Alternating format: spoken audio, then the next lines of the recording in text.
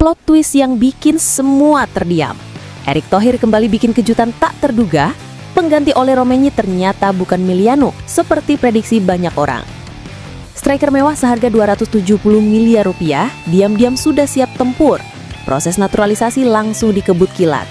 Siapa sosok misterius ini yang disebut bisa ubah wajah timnas secara total? Saksikan bocoran gila yang bisa bikin ASEAN ketar-ketir sebelum pengumuman resmi meledak ke publik. Bom waktu dari media asing. Media Vietnam secara mengejutkan soroti nasib Sintayong dengan pernyataan tajam yang mengguncang. Apakah ini sindiran atau pengakuan terselubung? Nama Indonesia kembali menggema di mata dunia. Saksikan fakta dan reaksi mengejutkan yang bikin netizen heboh seantero Nusantara. Kabar yang bikin bangsa berdegup bangga. Calvin Verdong, bek timnas Indonesia yang gagal.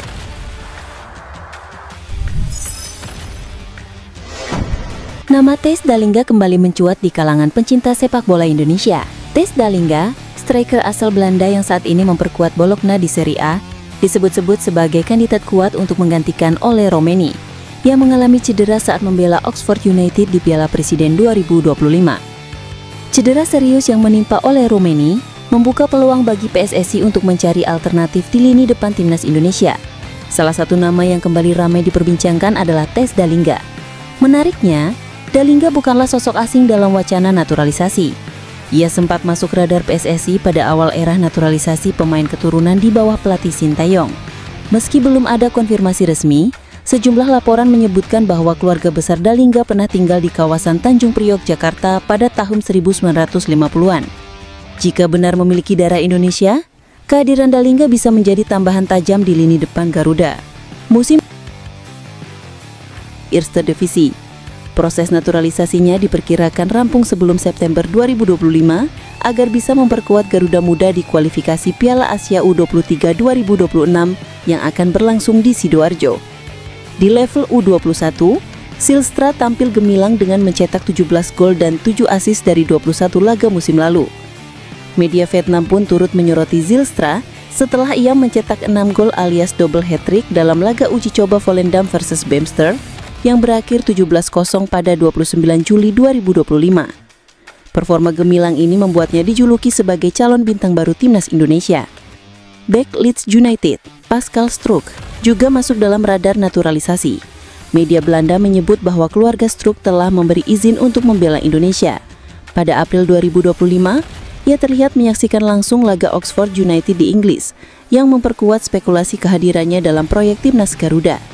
Jika bergabung, publik Vietnam turut berkomentar perihal kabar Shin Tae-yong menjadi kandidat kuat pelatih klub Liga Korea, Ulsan Hyundai. Pasca dipecat dari pelatih timnas Indonesia, Shin Tae-yong sebenarnya tidak menganggur begitu saja tanpa pekerjaan yang dijalani.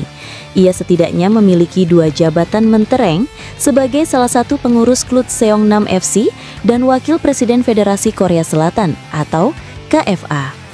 Namun tawaran melatih untuk Shin Tae-yong tak berhenti begitu saja setelah sebelumnya dikaitkan dengan timnas Cina. Kini, Shin Tae-yong dikabarkan menjadi kandidat utama pelatih baru Ulsan Hyundai di kasta teratas Liga Korea Selatan. Shin Tae-yong sendiri telah mengonfirmasi bahwa ia menerima tawaran tersebut, tetapi belum keputusan akhir. Memang benar saya menerima tawaran dari Ulsan, tetapi saya belum membuat keputusan akhir, kata Shin Tae-yong. Nasib Shin Tae-yong ini ternyata mendapat sorotan publik Vietnam lewat salah satu media lokalnya. Pernyataan menarik pun dilontarkan. Media Vietnam, Tetahu247.vn, merasa Ulsan Hyundai tidak sebagus timnas Indonesia. Destinasi baru pelatih Shin Tae-yong tidak sebagus timnas Indonesia, tulis Tetahu247.vn. Pelatih Shin Tae-yong diperkirakan bergabung dengan Ulsan Hyundai, salah satu klub papan atas di K-League atau Liga Korea.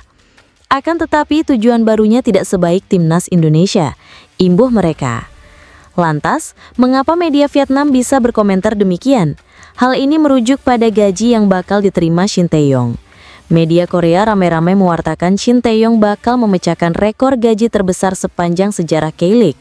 Namun, Tetahu247.vn menilai bahwa nantinya gaji yang akan diterima Shin Tae-yong lebih rendah dari yang diberikan timnas Indonesia. Hal itu mereka prediksi mengingat hingga saat ini belum muncul isu perihal angka gaji yang bakal diberikan Ulsan Hyundai. Jika kesepakatan itu terwujud, Shin Tae-yong bisa menerima gaji tertinggi dalam sejarah K-League. Sebuah prestasi luar biasa mengingat karir kepelatihannya di Korea cukup mentereng. Tulis Tetao247.vn lagi. Gaji Shin Tae-yong di Ulsan Hyundai mungkin lebih rendah dari yang ia peroleh saat melatih timnas Indonesia. Meskipun gajinya di Ulsan Hyundai belum diungkapkan, imbuh mereka. Sementara menurut media Vietnam ini, gaji yang diterima Shin Tae-yong selama melatih timnas Indonesia mencapai 32,9 miliar rupiah per tahun. Sebagai pelatih timnas Indonesia, ia memperoleh penghasilan 2 juta dolar AS per tahun, sekitar 32,9 miliar rupiah. Sebuah angka yang mengesankan, pungkas Tetao247.vn. Bek kiri timnas Indonesia, Calvin Verdong, jadi salah satu kandidat utama kapten tim NEC Nijmegen. Kabar tersebut disampaikan oleh Forza NEC. Sayangnya pelatih Dick Schroeder tidak menunjuk bek timnas Indonesia sebagai kapten utama. Pelatih NEC Nijmegen. Kabar menggembirakan bisa saja datang untuk pecinta sepak bola tanah air. Tim nasional Indonesia kemungkinan dipastikan masuk ke dalam grup yang dinilai relatif mudah di ronde keempat kualifikasi Piala Dunia 2026 zona Asia. Pengundian grup yang digelar di Markas Konfederasi Sepak Bola Asia, AFC, ini menjadi momen yang sangat ditunggu-tunggu oleh jutaan pendukung Garuda Nusantara, karena inilah tahap penentuan menuju impian terbesar, menembus Piala Dunia untuk pertama kalinya sejak merdeka. Dalam hasil undian yang baru saja diumumkan, Indonesia tergabung bersama tim-tim yang di atas kertas punya peringkat FIFA di bawah rata-rata peserta unggulan Asia. Meski tetap harus waspada, peluang skuad Garuda untuk mencetak sejarah terbuka lebih lebar dibanding ronde sebelumnya yang penuh drama dan perjuangan sengit. Ketua Umum PSSI Erick Thohir mungkin tak bisa menyembunyikan rasa syukurnya. Dalam pernyataan resminya, Erick pasti akan mengatakan bahwa hasil undian ini adalah bukti bahwa kerja keras seluruh elemen sepak bola nasional mulai berbuah manis. Menurutnya, masuk ke grup yang relatif bersahabat menjadi motivasi tambahan bagi Marcelino Ferdinand dan kawan-kawan untuk tampil habis-habisan. Alhamdulillah, saya kira ini hasil undian yang patut kita syukuri bersama. Tapi saya ingatkan juga, kita tidak boleh lengah. Semua lawan harus tetap dihormati, karena mereka juga pasti punya mimpi yang sama, lolos ke Piala Dunia. Tapi yang jelas, peluang kita sekarang lebih terbuka. Saya minta pemain fokus, rakyat Indonesia terus mendukung, dan semoga mimpi kita bersama terwujud. Begitu kira-kira kata Erick Thohir. Di berbagai sudut kota, mungkin euforia fans Garuda langsung terasa.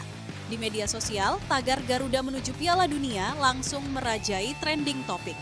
Video-video reaksi pendukung Indonesia, mulai dari yang nobar di warung kopi hingga yang berteriak kegirangan di rumah, bermunculan menghiasi lini masa. Banyak netizen yang membanjiri kolom komentar PSSI dengan doa dan harapan agar tim kebanggaan mereka bisa memanfaatkan kesempatan emas ini dengan sebaik-baiknya. Tidak sedikit pula yang menyoroti bagaimana perjalanan panjang timnas Indonesia di tangan pelatih asing dan kepemimpinan baru di federasi telah membawa perubahan besar. Dari proses naturalisasi pemain berkualitas, program pengembangan pemain muda, hingga pembenahan liga yang lebih profesional, semuanya dinilai menjadi fondasi kokoh untuk bersaing di level tertinggi Asia. Kini, seluruh mata tertuju pada jadwal resmi pertandingan yang akan segera dirilis. Lawan-lawan yang relatif setara di atas kertas bukan berarti jalan mulus tanpa hambatan. Indonesia tetap harus tampil disiplin, tidak terpancing euforia berlebihan, dan mematangkan strategi di setiap laga kandang maupun tandang. Satu hal yang pasti, dukungan puluhan ribu supporter di Stadion Gelora Bung Karno dan doa dari 270 juta rakyat Indonesia siap menjadi bensin bagi Marcelino, Ivar Jenner, Rafael Struijk, dan para punggawa Garuda untuk terbang setinggi mungkin. Akhirnya, dengan semangat baru, skuad Garuda akan kembali membuktikan bahwa mimpi ke Piala Dunia bukan sekadar angan-angan, melainkan misi kebanggaan bangsa. Seluruh fans kini hanya punya satu teriakan. Bagaimana guys pendapat kalian dengan hasil undian grup ronde 4 kualifikasi Piala Dunia 2026? Tulis doa dan harapan kalian untuk timnas Indonesia sebelum berjuang di ronde 4 pada kolom komentar di bawah ini ya. Ketua Umum PSSI Erick Thohir memastikan striker timnas Indonesia Ole Romeni bakal absen bela skuad Garuda lawan Kuwait dan Lebanon di FIFA Matchday pada September 2025. Nama Ole Roumanie belakangan ini ramai menjadi sorotan setelah ia beraksi bersama Oxford United dalam Piala Presiden 2025. Penyerang timnas Indonesia itu mengalami cedera saat Oxford United melawan Arema FC di Piala Presiden 2025 di Stadion Sijalak Harupat, Bandung, Kamis 10 Juli 2025. Dalam laga ini, Ole Roumanie ditekel oleh pemain Arema FC Paulinho Mocelin, sehingga ia harus ditandu keluar lapangan. Bahkan setelah ditekel pemain Arema FC tersebut, Ole Roumanie sempat mengunggah foto tengah menggunakan alat bantu ankle walker boot di Instagram. Pelatih Oxford United Gary Rowett pun telah memastikan bahwa pemain berusia 25 tahun tersebut mengalami cedera serius. Untuk itu, Ole Roumanie bahkan tak bisa tampil bersama Oxford United dalam laga final Piala Presiden 2025 lalu. Erick Thohir sekaligus pemilik Oxford United pun membeberkan kondisi terkini Ole Roumanie. Menurutnya, setelah dilakukan pemeriksaan dari tim dokter Oxford United dan dokter timnas Indonesia, Ole Roumanie harus menjalani operasi. Orang nomor 1 di PSSI itu mengatakan bahwa Ole Roumanie akan naik meja operasi pada Kamis 17 Juli 2025. Ole Roumanie sudah cek dengan tim kedokteran Oxford, lalu sekarang sedang konsultasi dengan tim kedokteran tim nasional di Belanda, yaitu Leo salah satunya yang itu. Ujar Erick Thohir kepada awak media, termasuk bolasport.com di Hotel Sultan Jakarta Rabu, 16 Juli 2025. Sepertinya sudah diputuskan Ole akan menjalankan operasi hari Kamis. Jadi recovery-nya cukup panjang, ucapnya. Pria yang juga menjabat sebagai Menteri BUMN tersebut saat ditanya apakah Ole Roumanie akan absen. Erick Thohir meminta agar tak ada pihak yang pesimistis apabila ada pemain yang mengalami cedera. Ia menyinggung soal Ragnar Oratmangoen juga yang sebelumnya absen membela timnas Indonesia. Raven tampil impresif ketika timnas U23 Indonesia melawan Brunei Darussalam. Sebagai informasi, ini merupakan laga perdana timnas U23 Indonesia di babak penyisihan Grup A ASEAN Cup U23 2025. Duel tersebut terlaksana di Stadion Utama Gelora Bung Karno, SUGBK, Jakarta pada Selasa 15 Juli 2025. Pada kesempatan itu, timnas U23 Indonesia berhasil unggul cepat melalui gol Jens Raven pada menit kedua. Jens Raven lalu menambah 5 gol lagi, yakni pada menit ke-9, 31, 33, 41, dan 62. Timnas U23 Indonesia mengalahkan Brunei dengan skor 8-0. 2 gol skuad Garuda Muda lainnya dicetak oleh Arkan Fikri, 20 menit, dan Raihan Hanan, 38 menit. Sementara itu, penampilan apik Jens Raven rupanya tak serta-merta menghindarkan sang pemain dari kritik. Pemain berusia 19 tahun itu bahkan menerima teguran keras langsung dari pelatih timnas U23 Indonesia, Gerald van den Burg. Dalam hal ini, Gerald van den Burg tak suka dengan selebrasi pacu jalur yang dipertontonkan Jens Raven. Pelatih asal Belanda itu bahkan mengancam tak akan memainkan Jens Raven jika kembali mengulanginya. Selanjutnya, jika melakukannya, dia tidak akan bermain, kata Gerald van den Burg. Jens Raven sendiri menegaskan akan mematuhi perintah Gerald van den Burg. Pemain milik klub Bali United berjanji tak akan berselebrasi pacu jalur lagi. Sebagai informasi, Jens Raven melakukan selebrasi pacu jalur bukan karena untuk mengikuti tren. Pemain berposisi sebagai striker itu hanya berniat memenuhi janji yang pernah ia buat sebelum laga. Saya telah membuat janji kepada seseorang sebelum laga untuk melakukan dansa yang viral itu. Namun, itu hanya sekali dan tidak akan terulang lagi ke depan. Itu hanya sekali, jadi saya tidak akan mengulanginya, kata Jens Raven.